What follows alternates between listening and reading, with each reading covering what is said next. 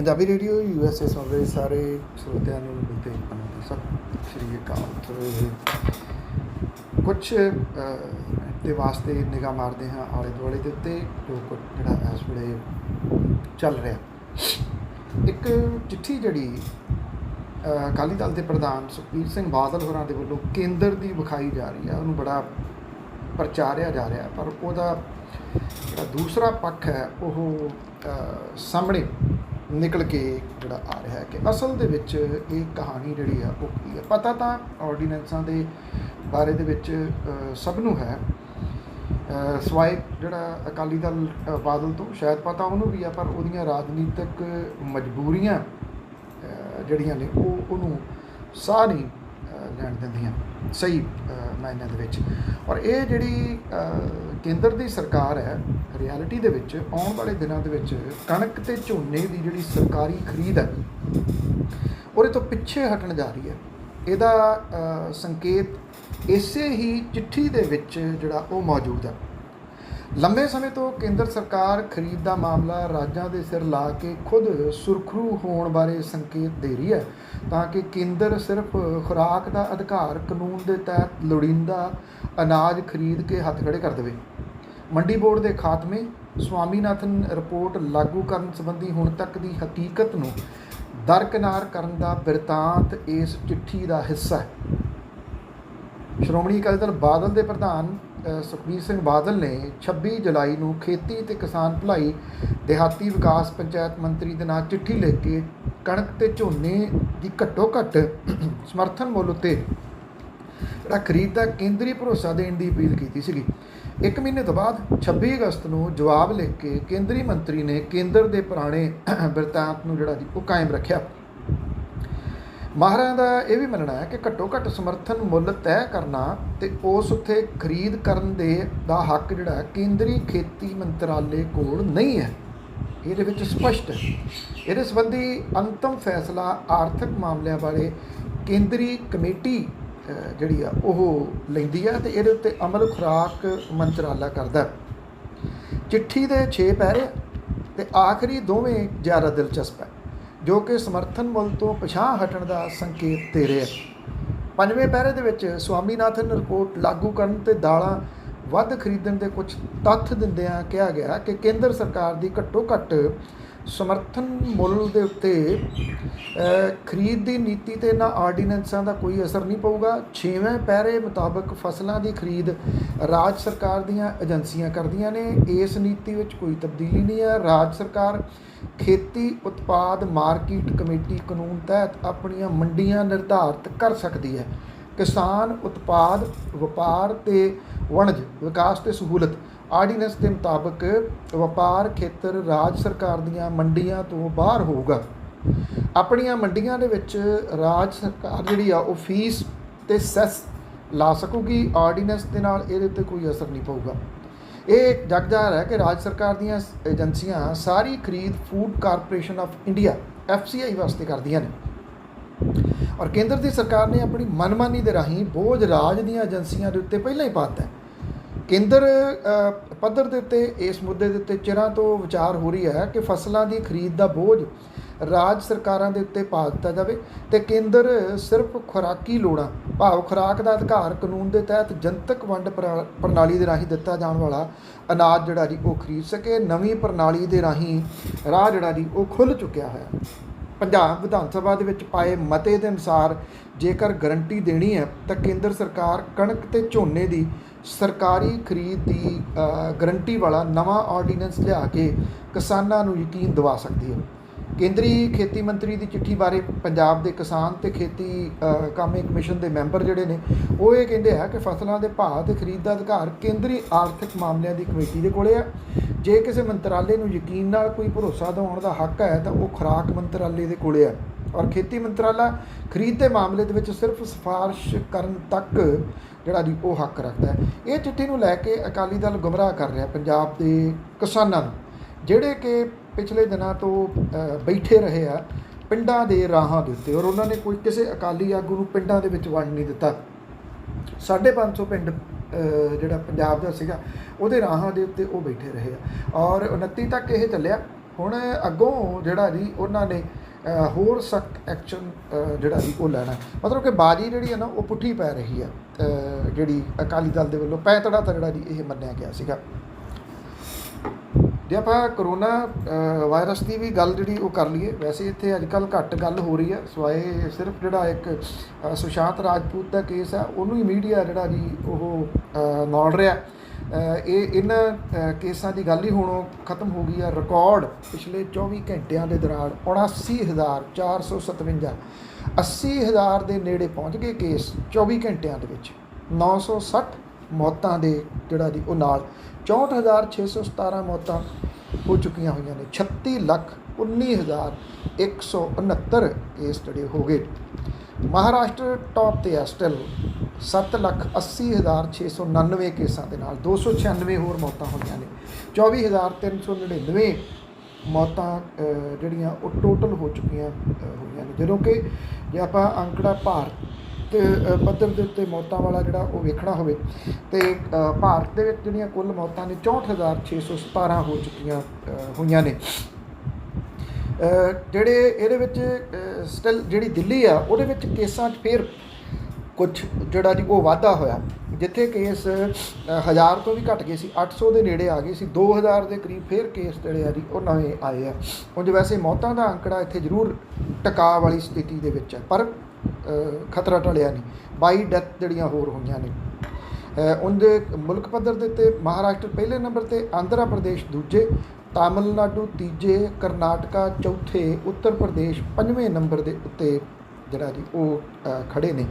ਜੇ ਆਪਾਂ ਗੁਆਂਢੀ ਸੂਬੇ ਦੀ ਗੱਲ ਕਰ ਲਈਏ ਹਰਿਆਣੇ ਦੀ, ਤਾਂ 63,282 ਕੇਸ ਹੋ ਚੁੱਕੇ ਹੋਏ ਨੇ। 12 ਡੈਥ ਹੋਈਆਂ ਨੇ ਪਿਛਲੇ 24 ਘੰਟਿਆਂ ਦੇ ਦੌਰਾਨ। 682 ਡੈਥ ਜਿਹੜੀਆਂ ਉਹ ਹੋ ਚੁੱਕੀਆਂ ਹੋਈਆਂ ਨੇ। ਪੰਜਾਬ ਦੇ ਵਿੱਚ ਜਿਹੜਾ ਅੰਕੜਾ ਹੈ ਉਹ ਵੀ ਨਿਰੰਤਰ ਜਿਹੜਾ ਜੀ ਉਹ ਵੱਧ ਰਿਹਾ, ਔਰ 1404 ਨਵੇਂ ਕੇਸ ਜਿਹੜੇ ਪਿਛਲੇ 24 ਘੰਟਿਆਂ ਦੇ ਦੌਰਾਨ ਆਏ ਆ, ਔਰ ਰਿਕਾਰਡ ਪੰਜਾਬ ਦੇ ਵਿੱਚ 56 ਡੈਥ ਜਿਹੜੀਆਂ ਉਹ ਹੋਈਆਂ ਨੇ। ਸਭ ਤੋਂ ਵੱਧ 15 ਮੌਤਾਂ ਲੁਧਿਆਣੇ ਦੇ ਵਿੱਚ ਹੋਈਆਂ ਨੇ, ਪਟਿਆਲੇ 'ਚ 8, ਜਲੰਧਰ 'ਚ 7, ਸੰਗਰੂਰ 'ਚ 5, ਬਠਿੰਡਾ ਕਪੂਰਥਲਾ ਦੇ ਵਿੱਚ 4-4, ਅੰਮ੍ਰਿਤਸਰ 3, ਫਤਿਹਗੜ੍ਹ ਸਾਹਿਬ ਹੁਸ਼ਿਆਰਪੁਰ ਦੇ ਵਿੱਚ 2-2, ਫਰੀਦਕੋਟ, ਫਿਰੋਜ਼ਪੁਰ, ਮੋਗਾ, ਮੋਹਾਲੀ, ਮੁਕਤਸਰ, ਪਠਾਨਕੋਟ ਦੇ ਵਿੱਚ 1-1 ਮੌਤ ਹੋਈ ਹੈ। ਲੁਧਿਆਣੇ ਦੇ ਵਿੱਚ ਪਿਛਲੇ 24 ਘੰਟਿਆਂ ਦੇ ਦੌਰਾਨ 395, ਪਟਿਆਲੇ ਦੇ ਵਿੱਚ 162, ਜਲੰਧਰ ਮਾਫ਼ ਕਰਨਾ ਲੁਧਿਆਣੇ ਦੇ ਵਿੱਚ ਹੁਣ ਤੱਕ ਟੋਟਲ 395 ਡੈਥ ਹੋ ਚੁੱਕੀਆਂ ਹੋਈਆਂ ਨੇ, ਪਟਿਆਲੇ 'ਚ 162 ਹੋ ਚੁੱਕੀਆਂ ਹੋਈਆਂ ਨੇ, ਔਰ ਜਲੰਧਰ ਦੇ ਵਿੱਚ 158 ਮੌਤਾਂ ਜਿਹੜੀਆਂ ਉਹ ਹੋਈਆਂ ਨੇ। ਜਿੱਥੋਂ ਤੱਕ ਪਿਛਲੇ 24 ਘੰਟਿਆਂ ਦੇ ਦੌਰਾਨ ਕੇਸ ਆਉਣ ਦੀ ਗੱਲ ਹੈ ਤਾਂ ਲੁਧਿਆਣੇ 'ਚ ਸਭ ਤੋਂ ਵੱਧ 273 ਕੇਸ ਸਾਹਮਣੇ ਆਏ ਆ, ਔਰ ਪਟਿਆਲੇ ਦੇ ਵਿੱਚ 188 ਕੇਸ ਜਿਹੜੇ ਆ ਉਹ ਸਾਹਮਣੇ ਆ ਚੁੱਕੇ ਆ। ਔਰ ਪੰਜਾਬ ਦੇ ਵਿੱਚ ਜਿਹੜੇ 52,000 ਨੂੰ ਅੰਕੜਾ ਕ੍ਰੋਸ ਕਰ ਗਿਆ, 52,526 ਜਿਹੜੇ ਕੇਸ ਨੇ ਉਹ ਆ ਚੁੱਕੇ ਹੋਏ ਨੇ। ਇਹਨੇ ਦਿਨੀ ਪੰਜਾਬ ਇੱਕ ਹੋਰ ਜਿਹੜੀ ਜੀ ਵੱਡੀ ਸਮੱਸਿਆ ਅਫਵਾਹਾਂ ਦੇ ਨਾਲ ਨਿਰੰਤਰ ਜਿਹੜਾ ਜੀ ਉਹ ਜੂਝ ਰਿਹਾ। ਕੁਝ ਆਡੀਓਜ਼ ਜਿਹੜੀਆਂ ਜੀ ਉਹ ਬੜੀਆਂ ਤੁਰੀਆਂ ਫਿਰਦੀਆਂ ਨੇ, ਜਿਨ੍ਹਾਂ ਨੇ ਲੋਕਾਂ ਦੇ ਮਨਾਂ ਦੇ ਅੰਦਰ ਵੱਡਾ ਸਹਿਮ ਜਿਹੜਾ ਜੀ ਉਹ ਫੈਲਾਇਆ। ਉਧਰ ਜਿਹੜਾ ਪਟਿਆਲਾ ਦੇ ਵਿੱਚ ਸਥਿਤ ਰਜਿੰਦਰਾ ਹੌਸਪੀਟਲ ਹੈ, ਇਹ ਬਹੁਤ ਪੁਰਾਣਾ ਹੌਸਪੀਟਲ ਹੈ ਸਰਕਾਰੀ, ਬੋਝ ਬੜਾ ਇਹਦੇ ਉੱਤੇ। ਉਹ ਬਠਿੰਡੇ ਤੱਕ ਕੇਸ ਜਿਹੜੇ ਜੀ ਉਹ ਰੈਫਰ ਹੋ ਕੇ ਆਉਂਦੇ ਆ ਇੱਥੇ, ਲੁਧਿਆਣੇ ਦੇ ਕੇਸ ਰੈਫਰ ਹੋ ਕੇ ਇੱਥੇ ਆਉਂਦੇ ਆ। ਗੱਲ ਇਹ ਆ ਕਿ ਜਿਹੜੇ ਸਰਕਾਰੀ ਹੌਸਪੀਟਲ ਨੇ ਉਹਨਾਂ ਦਾ ਢਾਂਚਾ ਜਿਹੜਾ ਉਹ ਹਿੱਲ ਚੁੱਕਿਆ ਹੈ। ਹਿੱਲਿਆ ਤਾਂ ਦੇਰ ਤੋਂ, ਲੋਕਾਂ ਨੇ ਕਦੀ ਧਿਆਨ ਨਹੀਂ ਦਿੱਤਾ ਇਹਦੇ ਵੱਲ ਜਿਹੜਾ ਦੀ। ਹੁਣ ਕੀ ਹੋਇਆ ਕਿ ਜਿਹੜੀਆਂ ਪੰਚਾਇਤਾਂ ਨੇ ਉਹ ਮਤੇ ਪਾਉਣ ਲੱਗੀਆਂ ਨੇ। ਬਹੁਤ ਸਾਰੇ ਮਤੇ ਦੀ ਕਾਪੀ ਮੇਰੇ ਕੋਲ ਵੀ ਜਿਹੜੀ ਹੈ ਜੀ ਉਹ ਮੌਜੂਦ ਨੇ, ਜਿਨ੍ਹਾਂ ਪੰਚਾਇਤਾਂ ਨੇ ਇਹ ਮਤੇ ਪਾਏ ਆ। ਤਾਂ ਮਤੇ ਜਿਹੜੇ ਆ ਉਹ ਇਹ ਪਾ ਰਹੇ ਆ ਕਿ ਜਿਹੜਾ ਇਹ ਰਜਿੰਦਰਾ ਹੌਸਪੀਟਲ ਆ, ਇਹ ਨਿਸ਼ਾਨੇ ਦਿੱਤੇ ਆ ਇਹ ਨੇੜੇ ਤੇੜੇ ਦੀਆਂ ਪੰਚਾਇਤਾਂ ਦੇ। ਉਹ ਰਜਿੰਦਰਾ ਹੌਸਪੀਟਲ ਤੋਂ ਲੋਕ ਡਰਨ ਲੱਗੇ ਆ, ਜਿਹੜਾ ਕਿ ਰਜਿੰਦਰਾ ਹੌਸਪੀਟਲ ਕਿਸੇ ਸਮੇਂ ਜਿਹੜੇ ਵਿਚਾਰੇ ਇਲਾਜ ਨਹੀਂ ਕਰਾ ਸਕਦੇ, ਪ੍ਰਾਈਵੇਟ ਹਸਪਤਾਲਾਂ ਤੋਂ ਇਲਾਜ ਨਹੀਂ ਕਰਾ ਸਕਦੇ, ਆਮ ਗਰੀਬ ਜਿਹੜੇ ਲੋਕ ਨੇ ਉਹਨਾਂ ਦੇ ਵਾਸਤੇ ਉਹ ਇੱਕ ਰੱਬ ਤੋਂ ਘੱਟ ਨਹੀਂ ਸੀਗਾ। ਪਰ ਅੱਜ ਜਿਹੜੇ ਮਰੀਜ਼ ਉੱਥੋਂ ਡਰਨ ਲੱਗੇ। ਡਰਨ ਕਿਉਂ ਲੱਗੇ? ਜਿੱਦਾਂ ਤੁਹਾਨੂੰ ਮੈਂ ਜ਼ਿਕਰ ਕੀਤਾ ਕਿ ਅਫਵਾਹਾਂ ਬਹੁਤ ਵੱਡੇ ਪੱਧਰ ਦੇ ਉੱਤੇ ਫੈਲ ਰਹੀਆਂ ਨੇ। ਉਹਨਾਂ ਅਫਵਾਹਾਂ ਨੂੰ ਰੋਕਣ ਦੇ ਵਾਸਤੇ ਸਰਕਾਰ ਕੋਈ ਚਾਰਾ ਨਹੀਂ ਜਿਹੜਾ ਜੀ ਉਹ ਕਰ ਰਹੀ। ਪਤਾ ਨਹੀਂ ਕਿਉਂ ਇਸ ਮਸਲੇ ਦੇ ਉੱਤੇ ਜਿਹੜੀਆਂ ਆਡੀਓਜ਼ ਨੇ ਪਿਛਲੇ ਦਿਨਾਂ ਤੋਂ ਚੱਲੀ ਜਾਂਦੀਆਂ ਨੇ ਚੁੱਪ ਬੈਠੇ। ਹਾਲਾਂਕਿ ਪਟਿਆਲਾ ਪੁਲਿਸ ਨੇ 2 ਜਣਿਆਂ ਨੂੰ ਜਿਹੜਾ ਗ੍ਰਿਫਤਾਰ ਕੀਤਾ, ਜਿਹੜੇ ਇਹ ਆਡੀਓ ਨੂੰ ਜ਼ਿਆਦਾ ਜਿਹੜੇ ਉਹ ਫੈਲਾ ਰਹੇ ਸੀਗੇ। ਇਹ ਆਡੀਓ ਕਿਹਨੇ ਬਣਾਈ ਆ, ਉਸ ਬੰਦੇ ਨਾਲ ਕੀ ਹੋਇਆ, ਜਿਹੜਾ PPE ਕਿੱਟ ਪਾ ਕੇ ਹਸਪੀਟਲ ਜਾਣ ਦੀ ਗੱਲ ਕਰਦਾ, ਉਹਨੇ PPE ਕਿੱਟ ਕਿੱਥੋਂ ਲੈ ਲਈ, ਕਿਸੇ ਨੇ ਜਿਹੜਾ ਜੀ ਇਹਨੂੰ ਵੈਰੀਫਾਈ ਕਰਨ ਦੀ ਕੋਸ਼ਿਸ਼ ਨਹੀਂ ਕੀਤੀ। ਜੋ ਸੋਸ਼ਲ ਮੀਡੀਆ ਦੇ ਉੱਤੇ ਚੱਲਦਾ ਅੱਗੇ ਤੋਂ ਅੱਗੇ ਜਿਹੜਾ ਫਾਰਵਰਡ ਕਰਨ ਦਾ ਉਹੀ ਜਿਹੜਾ ਹੋਇਆ ਤੁਰਿਆ ਜਾ ਰਿਹਾ। ਜਿਹੜੇ ਪਿੰਡਾਂ ਦੇ ਮਤੇ ਨੇ ਉਹ ਮਤਿਆਂ ਦੇ ਵਿੱਚ ਇਹ ਗੱਲ ਜਿਹੜੀ ਇਹਦੀ ਕਹਿ ਰਿਹਾ ਕਿ ਅਸੀਂ ਬਹੁਤੇ ਥਾਵਾਂ ਦੇ ਉੱਤੇ ਜਿਹੜੀਆਂ ਸਿਹਤ ਵਿਭਾਗ ਦੀਆਂ ਟੀਮਾਂ ਨੇ ਉਹਨਾਂ ਨੂੰ ਇਹਨਾਂ ਪਿੰਡਾਂ ਵਾਲਿਆਂ ਦੇ ਗੁੱਸੇ ਦਾ ਸ਼ਿਕਾਰ ਹੋਣਾ ਪੈ ਰਿਹਾ। ਲੋਕ ਜਿਹੜਾ ਜੀ ਸੈਂਪਲ ਦੇਣ ਤੋਂ ਇਨਕਾਰੀ ਨੇ, ਕਿਉਂਕਿ ਅਸਲ ਇਹਦੀ ਪਿਛਲੀ ਕਹਾਣੀ ਕੀ ਹੈ ਕਿ ਜਿਹੜੇ ਡਿਸਟ੍ਰਿਕਟ ਨੇ ਹੁਣ ਜਦੋਂ ਵਧੇ ਨੇ ਜਿਹੜੀਆਂ ਟੈਸਟਾਂ ਦੀ, ਉਹਨਾਂ ਨੇ ਅੱਗੇ ਤੋਂ ਅੱਗੇ ਜਿਹੜੀਆਂ ਸਿਹਤ ਵਿਭਾਗ ਦੀਆਂ ਟੀਮਾਂ ਨੂੰ ਟਾਰਗੇਟ ਦਿੱਤਾ ਕਿ ਇੰਨੇ ਤੁਸੀਂ ਸੈਂਪਲ ਜਿਹੜਾ ਉਹ ਲੈ ਕੇ ਆਓਗੇ ਆਪੋ ਆਪਣੀ ਏਰੀਏ ਦੇ ਵਿੱਚੋਂ। ਅੱਛਾ, ਹੁਣ ਉਹਨਾਂ ਨੇ ਸੈਂਪਲ ਕਿੱਥੋਂ ਲਿਆਉਣੇ ਆ, ਉਹ ਏਰੀਏ ਦੇ ਵਿੱਚ ਹੀ ਫਿਰਦੇ ਆ ਨਾ ਅੱਗੇ ਤੋਂ ਅੱਗੇ। ਅਤੇ ਉਹ ਜਦੋਂ ਸੈਂਪਲ ਲੈਣ ਦੇ ਵਾਸਤੇ ਜਿਹੜਾ ਜਾਂਦੇ ਆ ਅਤੇ ਪਿੰਡਾਂ ਦੇ ਲੋਕ ਜਿਹੜਾ ਜੀ ਉਹਨਾਂ ਦਾ ਵਿਰੋਧ ਕਰਨ ਲੱਗੇ। ਕੁਝ ਥਾਵਾਂ ਦੇ ਉੱਤੇ ਇੱਟਾਂ ਵੱਟੇ ਵੀ ਜਿਹੜੇ ਜੀ ਉਹ ਪਏ। ਹੁਣ ਇਹ ਜਿਹੜੀਆਂ ਪੰਚਾਇਤਾਂ ਦੇ ਮਤੇ ਆ ਵੇਖਿਆ ਜਾਵੇ ਤਾਂ ਇਹ ਪੰਚਾਇਤਾਂ ਦੇ ਮਤੇ ਗਲਤ ਨਹੀਂ ਗਏ। ਇਹ ਗੱਲ ਕਹਿੰਦੇ ਆ ਕਿ ਅਸੀਂ ਸੈਂਪਲ ਦੇਣ ਨੂੰ ਤਿਆਰ ਹਾਂ। ਜੇ ਕਿਸੇ ਦੇ ਵਿੱਚ ਕਰੋਨਾ ਦੇ ਲੱਛਣ ਪਾਏ ਜਾਂਦੇ ਆ ਜਾਂ ਕੋਈ ਪੋਜ਼ੀਟਿਵ ਜਿਹੜਾ ਜੀ ਉਹ ਹੁੰਦਾ ਲੱਛਣਾਂ ਵਾਲਾ ਖਾਸ ਤੌਰ ਦੇ ਉੱਤੇ, ਉਹਨੂੰ ਅਸੀਂ ਇਕਾਂਤਵਾਸ ਜਾਂ ਕੁਆਰੰਟਾਈਨ ਜਿਹੜਾ ਰਜਿੰਦਰਾ ਹਸਪੀਟਲ 'ਚ ਨਹੀਂ ਭੇਜਾਂਗੇ। ਉਹ ਇਹ ਕਹਿੰਦੇ ਆ ਕਿ ਅਸੀਂ ਜਿਹੜਾ ਇਹ ਉਹਨੂੰ ਆਪਣੇ ਪਿੰਡ ਦੇ ਵਿੱਚ ਬਣੇ ਇਕਾਂਤਵਾਸ ਜਿਹੜੇ ਸਕੂਲਾਂ ਦੇ ਵਿੱਚ ਬਣਾਏ ਹੋਏ ਆ ਅਸੀਂ ਉੱਥੇ ਰੱਖਾਂਗੇ। ਹੁਣ ਥੋੜ੍ਹੀ ਉੱਥੇ ਮੁਸ਼ਕਲ ਜਿਹੜੀ ਹੈ ਜੀ ਉਹ ਸਰਕਾਰ ਇਸ ਗੱਲ ਤੋਂ ਕਿਉਂ ਭੱਜ ਰਹੀ ਆ ਪਿੰਡਾਂ ਦੇ ਵਿੱਚ ਰੱਖਣ ਤੋਂ? ਉਹ ਇਸ ਕਰਕੇ ਭੱਜ ਰਹੀ ਆ ਕਿ ਅਮਲਾ ਹੈ ਨਹੀਂ ਗਾ ਉਹਦੇ ਕੋਲੇ। ਅਮਲਾ ਤਾਂ ਸਰਕਾਰੀ ਹਸਪੀਟਲਾਂ ਦੇ ਵਿੱਚ ਜਿਹੜਾ ਹੈ ਨਹੀਂ ਗਾ, ਅਤੇ ਉਹ ਪਿੰਡਾਂ ਦੇ ਵਿੱਚ ਜਿਹੜੇ ਕੁਆਰੰਟਾਈਨ ਸੈਂਟਰ ਬਣਨਗੇ ਉੱਥੋਂ ਤੱਕ ਉਹ ਕਿਵੇਂ ਅਪਰੋਚ ਜਿਹੜੀ ਉਹ ਕਰੂਗੀ। ਇਹ ਢਾਂਚਾ ਹੌਲੀ ਹੌਲੀ ਤਬਾਹ ਹੋਇਆ, ਪਿਛਲੇ ਸਾਲਾਂ ਦੇ ਦੌਰਾਨ ਜਿਹੜਾ ਉਹ ਤਬਾਹ ਹੋਇਆ। ਲੋਕਾਂ ਦੇ ਸਾਹਮਣੇ ਅੱਜ ਜਿਹੜਾ ਜੀ ਆਇਆ, ਲੋਕਾਂ ਨੇ ਕਦੀ ਇਸ ਢਾਂਚੇ ਦੇ ਵੱਲ ਧਿਆਨ ਨਹੀਂ ਦਿੱਤਾ ਕਿ ਕਿਵੇਂ ਉਹਨਾਂ ਦੇ ਬੁਨਿਆਦੀ ਹੱਕ ਜਿਹੜੇ ਸੀਗੇ ਉਹ ਸਿਆਸੀ ਪਾਰਟੀਆਂ ਨੇ ਹੌਲੀ ਹੌਲੀ ਕਰਦਿਆਂ ਖੋਲ੍ਹੇ। ਉਹਨਾਂ ਦੇ ਸਰਕਾਰੀ ਸਕੂਲ ਖੋਲ੍ਹੇ, ਉਹਨਾਂ ਦੀਆਂ ਡਿਸਪੈਂਸਰੀਆਂ ਖੋਲ੍ਹੀਆਂ, ਉਹਨਾਂ ਦੇ ਹਸਪੀਟਲ ਖੋਲ੍ਹੇ। ਲੋਕ ਸਰਪੰਚੀ ਦੀਆਂ ਚੋਣਾਂ ਨੂੰ ਲੈ ਕੇ ਇੱਕ ਦੂਜੇ ਦੇ ਸਿਰ ਪਾੜਨ, ਗੋਲੀਆਂ ਮਾਰਨ ਅਤੇ ਕਤਲ ਕਰਨ ਤੱਕ ਸੀਮਤ ਹੋ ਗਏ। ਜਿਨ੍ਹਾਂ ਲੋਕਾਂ ਨੇ ਆਪਣੇ ਹੱਕਾਂ ਦੇ ਵਾਸਤੇ ਸਰਕਾਰਾਂ ਦੇ ਉੱਤੇ ਪ੍ਰੈਸ਼ਰ ਪਾਉਣਾ ਸੀ, ਉਹ ਪੰਜਾਬੀ ਗਾਇਕਾਂ ਦੀ ਜਿਹੜੀ ਬੇਹੂਦਾ ਟਾਈਪ ਦੀ ਲੜਾਈ ਆ ਉਹਦੇ ਵਿੱਚ ਇੱਕ ਦੂਜੇ ਦੇ ਖਿਲਾਫ ਗਾਲਾਂ ਕੱਢਣ ਦੇ ਵਾਸਤੇ ਜਿਹੜਾ ਜੀ ਉਹ ਲੱਗੇ ਹੋਏ ਆ। ਉਹ ਟਰੋਲ ਆਰਮੀ ਦਾ ਪਾਰਟ ਬਣੇ ਹੋਏ ਆ। ਮਤਲਬ ਇਹ ਕਿ ਇਹ ਸਮੱਸਿਆ ਜੇ ਅੱਜ ਵੱਡੀ ਖੜੀ ਹੋਈ ਹੈ ਤਾਂ ਇਹਦਾ ਹੱਲ ਵੀ ਮੌਜੂਦਾ ਸਮੇਂ ਦੇ ਦੌਰਾਨ ਨਿਕਲਦਾ ਦਿਸਦਾ ਨਹੀਂ ਗਾ ਜੀ। ਇਹ ਹੁਣ ਤੁਸੀਂ ਜੋ ਮਰਜ਼ੀ ਕਰ ਲਓ ਕਿਵੇਂ ਇਹ ਸਾਰਾ ਕੁਝ ਜਿਹੜਾ ਉਹ ਉਲਝਾਇਆ ਗਿਆ ਲੋਕਾਂ ਦੇ ਵਿੱਚ। ਪਿੰਡਾਂ ਦੀਆਂ ਪੰਚਾਇਤਾਂ ਦੇ ਵਿੱਚ ਇਸ ਗੱਲ ਨੂੰ ਲੈ ਕੇ ਡਰ ਜਿਹੜਾ ਜੀ ਉਹ ਪਾਇਆ ਜਾ ਰਿਹਾ ਕਿ ਜਿਹੜਾ ਉੱਥੇ ਅੰਗ ਕੱਢ ਲਏ ਜਾਂਦੇ ਆ ਜੀ।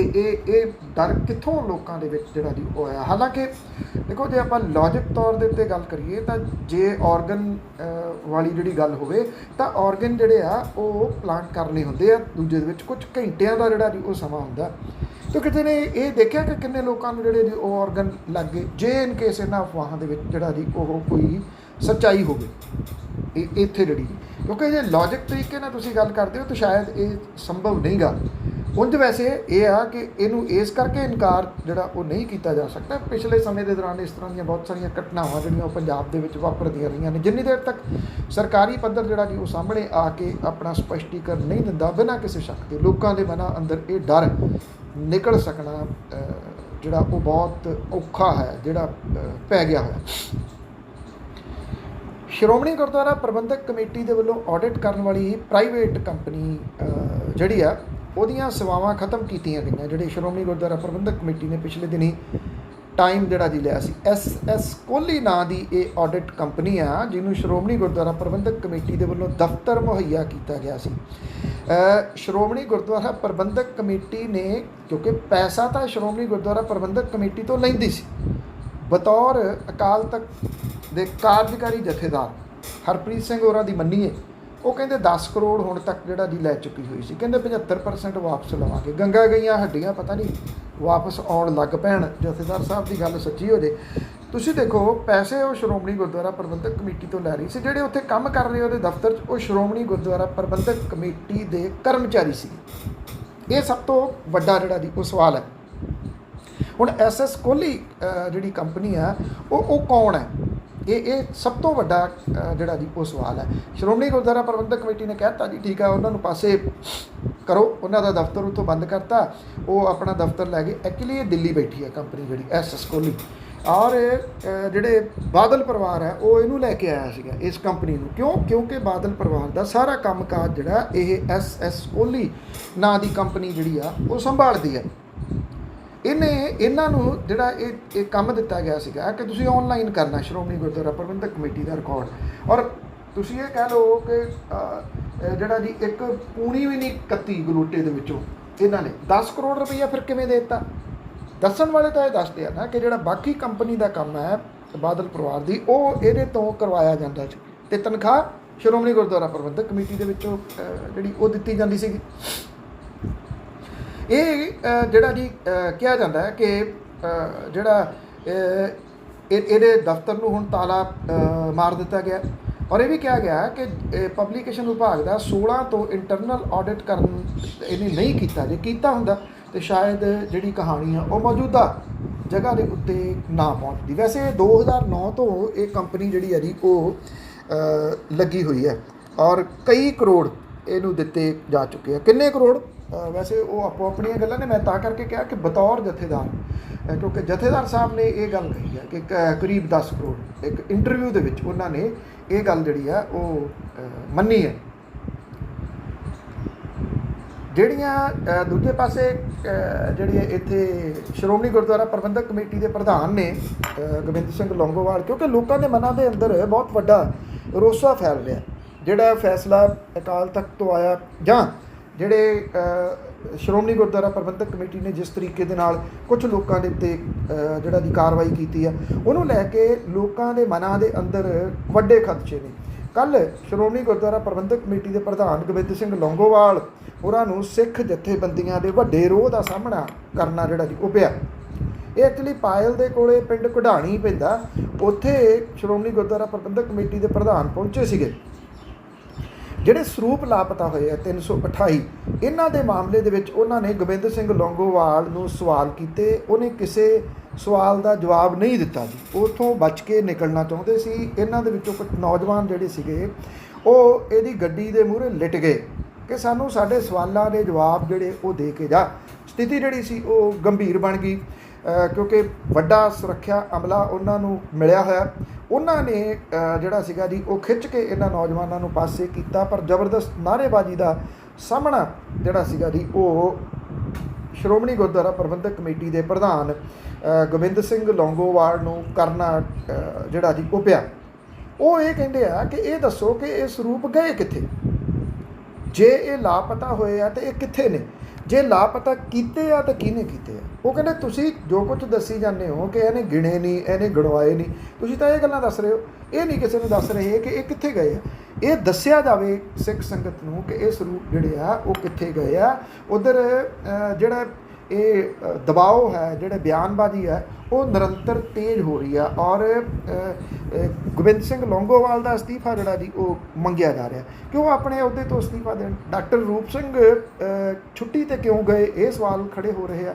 ਆਉਂਦਿਆਂ ਸਾਰ ਇਹ ਕਿਉਂ ਗਿਆ ਕਿ ਉਹਨਾਂ ਦਾ ਅਸਤੀਫਾ ਮਨਜ਼ੂਰ ਜਿਹੜਾ ਜੀ ਉਹ ਕਰ ਲਿਆ ਗਿਆ। ਇਹ ਜਦੋਂ ਛੁੱਟੀ 'ਤੇ ਗਏ ਸੀ ਉਦੋਂ ਕਿਉਂ ਨਹੀਂ ਮਨਜ਼ੂਰ ਕੀਤਾ ਗਿਆ? ਇਹਦੀ ਜਿਹੜੀ ਗੋਲਮੋਲ ਜੀ ਇਹ ਜਾਂਚ ਕੀਤੀ ਆ, ਇਹਦੇ ਉੱਤੇ ਸਵਾਲ ਉੱਠ ਰਹੇ ਨੇ। ਜਾਂਚ ਕਿਹਾ ਤਾਂ ਗਿਆ ਸੀਗਾ ਕਿ ਰਿਟਾਇਰਡ ਜੱਜ ਤੋਂ ਹੋਊਗੀ, ਪਰ ਕਰਵਾ ਲਈ ਇੱਕ ਵਕੀਲ ਤੋਂ, ਉਹ ਵੀ ਆਪਣਾ ਪਸੰਦੀਦਾ ਵਕੀਲ ਜਿਹੜਾ ਜੀ ਉਹ ਲਿਆਂਦਾ ਗਿਆ ਤੇਲੰਗਾਨਾ ਤੋਂ ਜਾ ਕੇ।